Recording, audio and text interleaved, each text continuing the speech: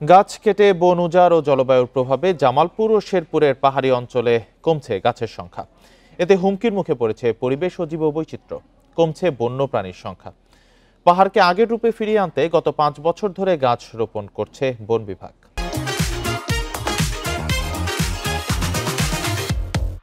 জামালপুরের বকশীগঞ্জের গারো পাহাড় থেকে শেরপুরের ঝিনাইগাতি হয়ে ময়মনসিংহের হালুয়াঘাট পর্যন্ত বিস্তৃত পাহাড়ি এলাকা দেশের অন্যতম গুরুত্বপূর্ণ বনভূমি। 20 বছর আগেও এই পাহাড়ি এলাকায় দেখা মিলত বহেরা, হরিতকি, শীষ, নিম, অশ্বগন্ধা, হরিদ্রা সহ অসংখ্য প্রজাতির মূল্যবান গাছ। কিন্তু অবাধে গাছ কেটে বনভূমি দখল করায় এখন বিলুপ্তির পথে ঔষধি গাছ। এতে ক্ষতিগ্রস্ত হচ্ছে প্রাণ, প্রকৃতি ও পরিবেশ। হর্তকি পাহাড় আর প্রাকৃতিক সৌন্দর্য, প্রাকৃতিক যে ঔষধি গাছগুলো সেগুলো একদমই বিলুপ্তি। নির্বিচারে বৃক্ষনিধন এবং পাহাড় কেটে পাথর উত্তোলনের মতো ভয়ঙ্কর দানবীয় কারণে আজকে পাহাড়ে গাছ নেই। পরিবেশবিদরা বলছেন, জলবায়ুর বিরূপ প্রভাবে কমেছে বৃষ্টিপাতের পরিমাণ, উর্বরতা হারাচ্ছে পাহাড়ি ভূমি। জলবায়ু পরিবর্তনের ফলে এর ফলে হচ্ছে কি, যখন যে উদ্ভিদের জন্ম নেওয়ার কথা সেই উদ্ভিদ কিন্তু তার জন্ম নিতে পারছে না।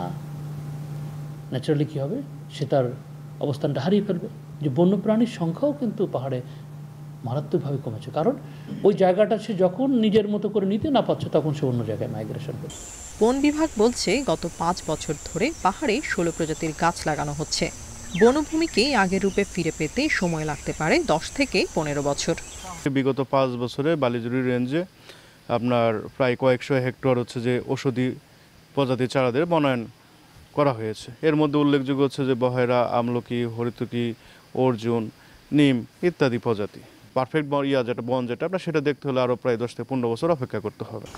জামালপুর ও শেরপুর জেলার 8,330 একর বনভূমি রয়েছে বালিজুড়ি রেঞ্জের আওতায়। গত 5 বছরে এ রেঞ্জের 1,255 হেক্টর জমিতে বিভিন্ন প্রজাতির 30 লাখ গাছ লাগিয়েছে বন বিভাগ। Independent news.